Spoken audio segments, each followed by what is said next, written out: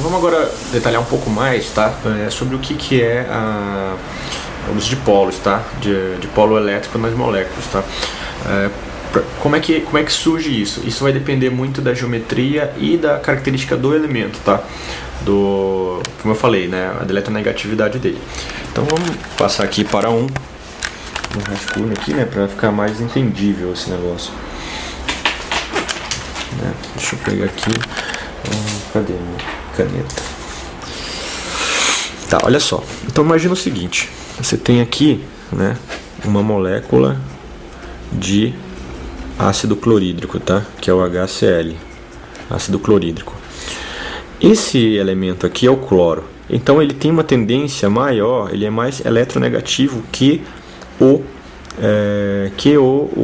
hidrogênio, né? O hidrogênio é um cara, assim, um próton, né? E um elétronzinho perdido aqui. E o ganancioso do cloro vai querer puxar esse elétron para ele. O cara já não tem nada, né? E daí ele vai puxar para esse cara aqui. O que vai acontecer? Quando ele puxa esse cara para cá, forma-se uma carga negativa aqui, e aqui fica uma positiva por causa da perda do elétron. Daí se desbalanceia aqui o hidrogênio. Então você diz que essa molécula de ácido clorídrico, ela tem um dipolo, né?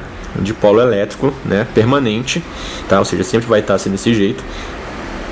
Então vai criar um polo negativo e um polo positivo. Então diz que ela é uma molécula polar, tá? Por exemplo, se você tiver aqui H2, né? Então ele é assim, ó. Só que nenhum nem outro, né? Puxa mais forte que ele, né? Que um mais forte que o outro. Então isso aqui não forma nenhum polo, não. Então isso aqui diz que é uma molécula apolar, ou seja, não forma polo nenhum, né? Então porque não tem, as cargas vão estar aqui igualmente distribuídas, tá? As cargas positivas e negativas, né? Agora veja o caso da água. Veja o caso da água, né? A água é H2O, como todo mundo já sabe. Então, como é que ela é formada? Ela é assim, ó. E o que acontece? Aqui você vê também que o oxigênio ele é mais eletronegativo que o hidrogênio.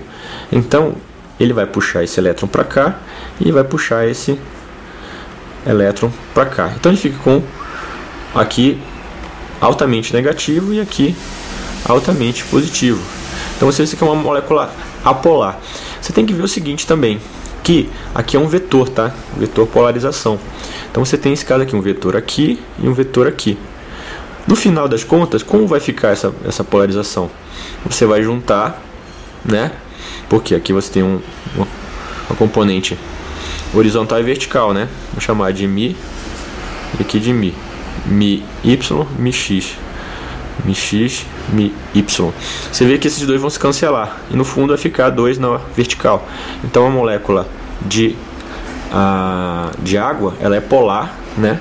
Desse jeito aqui, ó, o vetor polarização dela tá indo na direção do oxigênio, né? Vamos pegar um exemplo maior, né?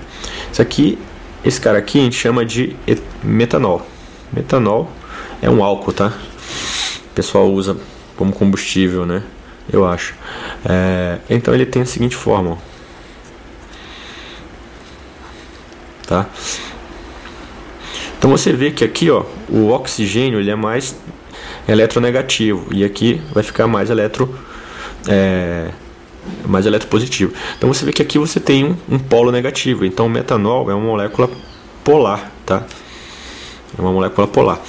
Agora se você tiver, além disso, por exemplo, vamos supor aqui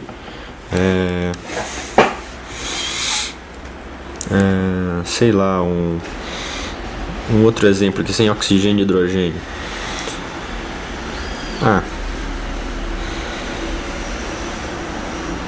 CH, metano, né? Metano aqui, ó, a polarização dele, ó, vai estar tudo na direção do carbono. Só que o metano tem a forma tetraédrica e no fim balanceia todos os vetores aqui se balanceiam, né? Então ele vai uma molécula apolar, né? Apolar. Então, tipo, esses aqui, ó, vão contrabalancear com o de cima, por causa dos ângulos que estão se formando aqui, né? Isso, que é um tetraedro, tá?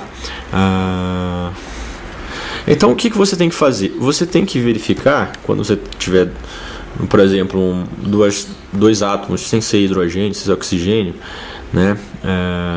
Por exemplo, tem esse cara aqui, ó, que é acho que, se eu não me engano, é o clorofórmio, né? Não lembro se é o clorofórmio. Eu não lembro qual que é o nome desse cara aqui. O que acontece? Você tem dois elementos que são eletronegativos, né? Só que um vai ser mais forte que o outro, tá? Um vai ser mais forte que o outro. Então, você tem que verificar na tabela periódica qual deles vai vencer, qual que tem a maior força, né? Isso na tabela periódica dá para saber, tem uma regrinha para fazer isso, tá? Que são eletronegatividade é uma propriedade periódica. Então o que você tem que ver? Ver qual deles é mais forte aqui. Eu não lembro qual que é o cara mais forte aqui nesse caso, tá? Mas quando eu falar a parte de eletronegatividade pela tabela, eu vou falar para vocês, tá? Então você vê qual que é o cara que é mais forte ali, e daí você vai dizer, olha, a carga negativa está concentrada mais de um lado do que no outro, tá? E você vê que a geometria dele é importante. Vamos ver outro exemplo aqui, ó, que é o NH3, aqui é a amônia, tá? Amônia. A gente viu nos outros vídeos que ela tem essa forma aqui, ó, triangular, né? E aqui você tinha um par de elétrons aqui para cima. Isso acontece porque forma-se aqui você vai ter uma formação de uma região muito negativa e aqui de três regiões positivas. Então a amônia também é um elemento polar, uma substância polar, tá? Então o que você tem que fazer é verificar, né, qual que é a força eletronegativa, qual é o elemento de maior eletronegatividade ali para fazer uma conta, né, para balancear. E com isso você descobre quem que é como vai ficar formado, tá?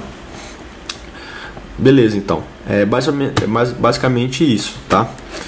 Que é a parte de polos, tá? Eu vou passar agora para forças intermoleculares. Falou.